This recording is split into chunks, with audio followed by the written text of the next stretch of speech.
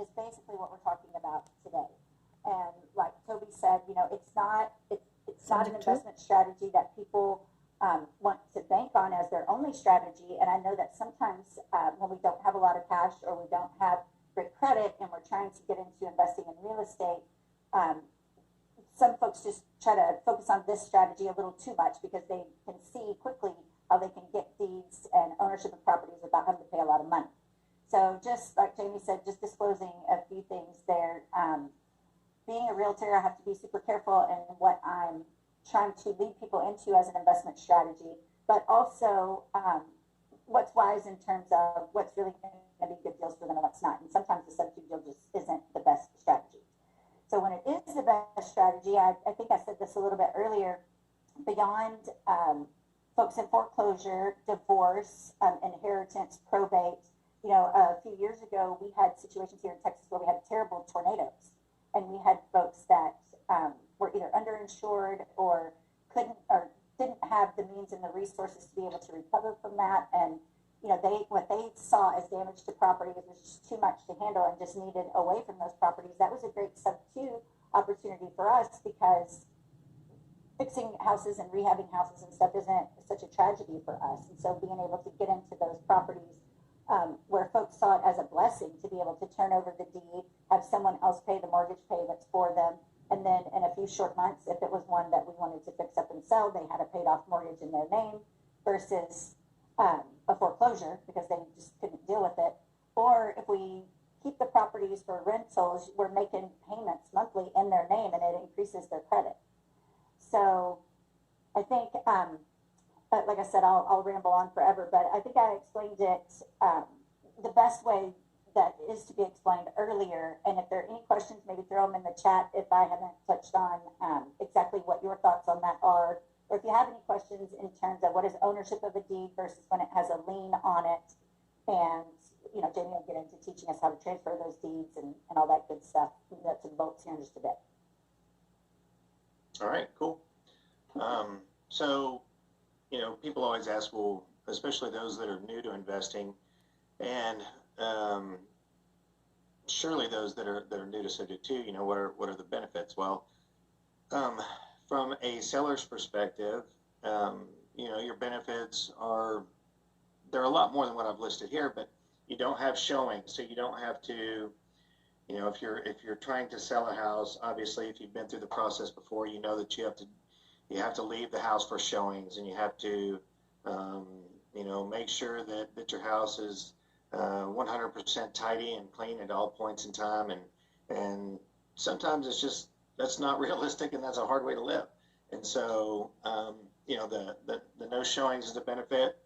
Subject to deal, you do not have to use a realtor in order to do a subject to deal. So therefore, you can see the benefit there. There's the ability to save some money by not paying realtor commissions. You have the benefit to the seller of helping them solve a problem, because any deal in any property that, I think Toby touched on this earlier, any deal that you buy subject to is going to be a problem. The reason why you're helping this person is going to be because of some kind of problem that they've encountered. And then also from the seller's perspective, and Kendra said this here just a few minutes ago, the good reporting to the credit agencies. So obviously that's going to be one of the bigger benefits from their perspective, is they get that good reporting on their credit moving forward, so they don't have to necessarily worry about that. So what's the benefit from an investor's on the investor side? Well, the big benefit is going to be the ability to get into these deals with little to no money out of pocket. That's usually the biggest part. The other part is you don't need credit. You don't need to take out on any existing debt. It's not going to reflect on your credit report. It's not going to impact your credit. And then the other big benefit from an investor's perspective is the multiple exit strategies. that's something that we're going to go through here a little bit later on is the different exit strategies that Kendra and I employ when it comes to these subject to deals. And so I think you folks will get a whole lot of value out of seeing what those different ways you can make money off of these sub two deals are. So a lot of you may be asking, and hopefully that answers, the questions that everyone has. Between Kendra and I hope there's been at least a pretty good definition of what a subject to deal is. If there's not, please hit us in the Q&A, and I think Kendra's manning that right now, and she'll try to get back to you if you have questions on that. So the other big question we get when it comes to subject to is how do you find them? And so, I always tell people, really, you would find a subject to deal in much the same way you would find any other deal, any other real estate deal. And from my perspective, my experience, the subject to strategy will not make a bad deal a good deal, but it can make a good deal a great deal. And so, that's just another tool that you have in your tool bag when it comes to buying properties or investing in properties is the subject to strategy. As it says here on the slide, the big thing that you're always looking for, you're mining for, you're trying to uncover these whys for people. You're trying to understand and help people get through those 4 Ds of real estate. As I said earlier, the death, the divorce, the disaster, and the oh my goodness, can't believe I forgot the 4th D. Can somebody help me with that 4th D? But as you see on the right, we have a list of ways that we go about finding these subject to deals. So we do study the pre-foreclosure list. We market to those lists. We send out letters, and so that's just a staple of what we do on a monthly basis. They're helping you with debt. I think you left the debt, the big one, the most obvious one, obviously. Yeah. Debt. Yeah, First, that is a big debt disaster. Yeah, that's definitely a big one. So we hit those pre-foreclosure lists pretty hard, and we have a couple of ways that we go about that. That's something that we'll be sharing, I believe, it's the 26th and 27th of March on our 2-day subject to event. But then we've got relationship with probate attorneys. We, being property managers ourselves, and with Kendra being a realtor, we try to continually expand our touch and our reach with other property managers and other realtors in the area, and we just let them know, hey, we have a strategy, we have the ability to help certain people out in situations where others might not be able to. And so we keep them armed with that information and our contact information so that they can let us know if they come across something they feel might fit in what we do, or what might be a situation where we can help somebody out. Can I pop in, because we have a whole Sure. bunch of questions coming in, and if you're okay with it, I'll pop in once in a while, because I could just, people are actually being very communicative today, which is great. Where do you find most of your deals now? Like, where do you personally find most of your deals? Is it the relationships you've created, or is it are you using technology? Are you dropping postcards? What do you? So that's a great question, and at this point, I would say we're 50-50 on word of mouth and relationship. Okay. Relationship deals where people bring us, hey, this person, this might be a situation where you can help them out. And then the other 50% is technology driven. So we use a software called PropStream, and it helps us mine for data really, really well. And so we use that technology to generate our marketing. So depending on where the property is, we may send out a list of, or we may send out postcards, just very brief. And we do all of our postcards handwritten. I know a lot of people feel that that's very time consuming, and it is. But when you've got high school girls that live all over your neighborhood with good handwriting, and they're willing to make some money just for writing postcards, it's a good way to go about it. And so you send them postcards like on a pre-foreclosure or somebody that you think may be in trouble? Yes. So we've got our system set up so that our searches generate us a list of and we kind of market from the inside out. So we hit our immediate circle around where we are and where we like to work, and we just expand out from there.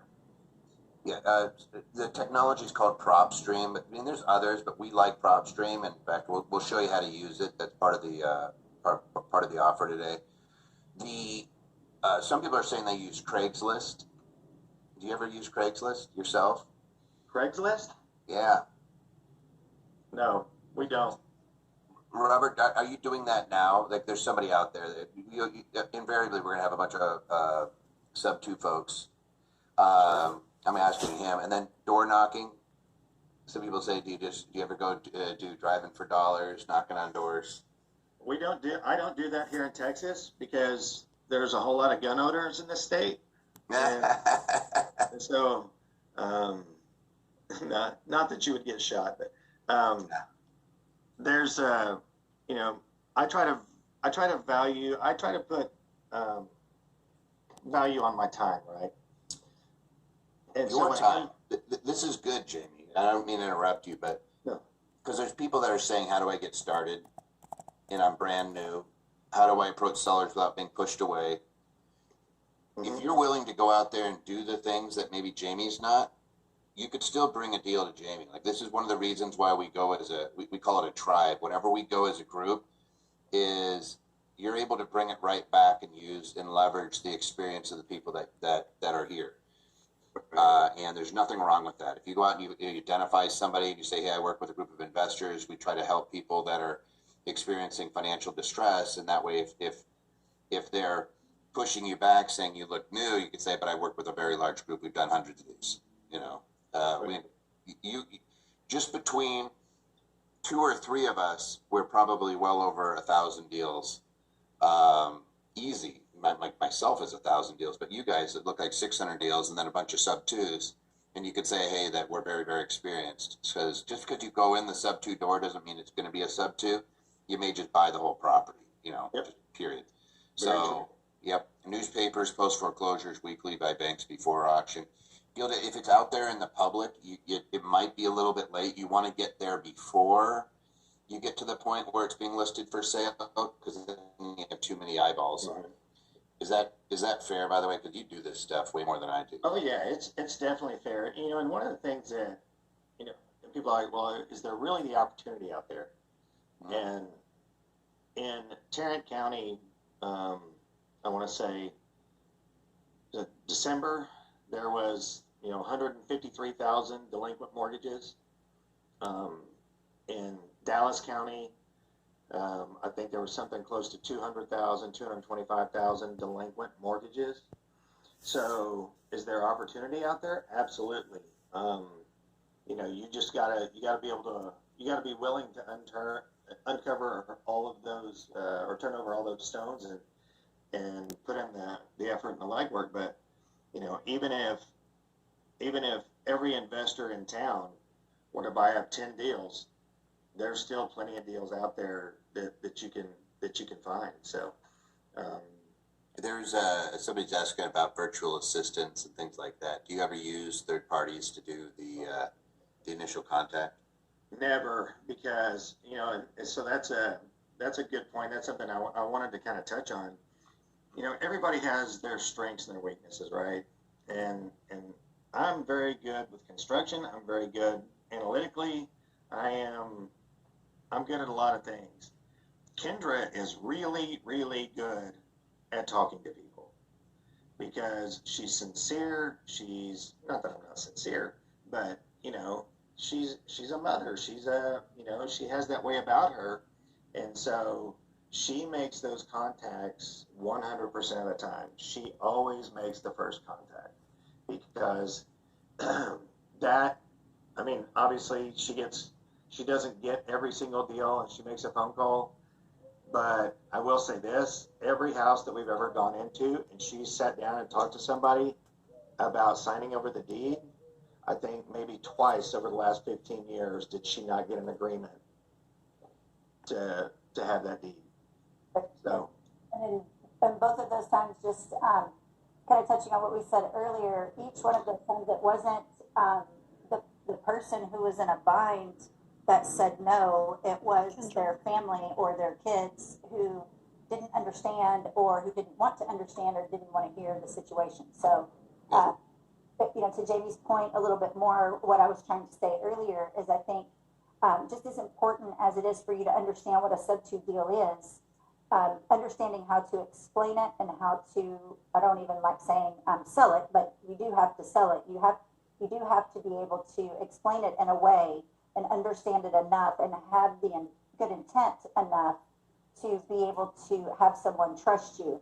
And I have literally, and this is no exaggeration, pulled my car up to a house with 3 Land Rovers, a couple of BMWs with guys in pinstripe suits and pointy shoes and slicked back hair going into these houses trying to talk to these people and do the same deal, all of them to walk away being told no, to where I walk out with a deed.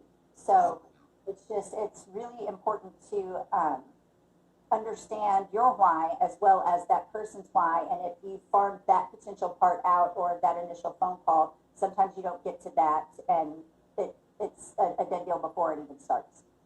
And I think this is why, if you're a beginner, why this might be a good strategy for you to start, because you're not having to come in with all your own cash, but you can absolutely make the conversation like, hey, I'm here to help people, and I work with a group of investors, and they love to do these types of deals. We're looking for folks that are experiencing one of the 4Ds. I mean, is that something where like you have anything set, or do you just go in and based off the facts and circumstances, you change whatever you're saying, just depending on whatever's going on?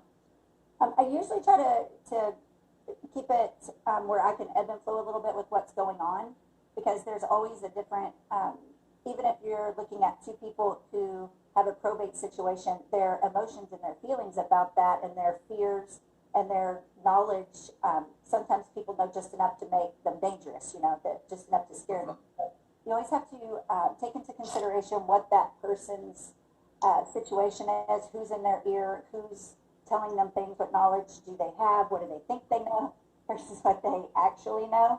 So I really do try to pay really close attention to that individual deal. But a lot of times going in, like if I know it's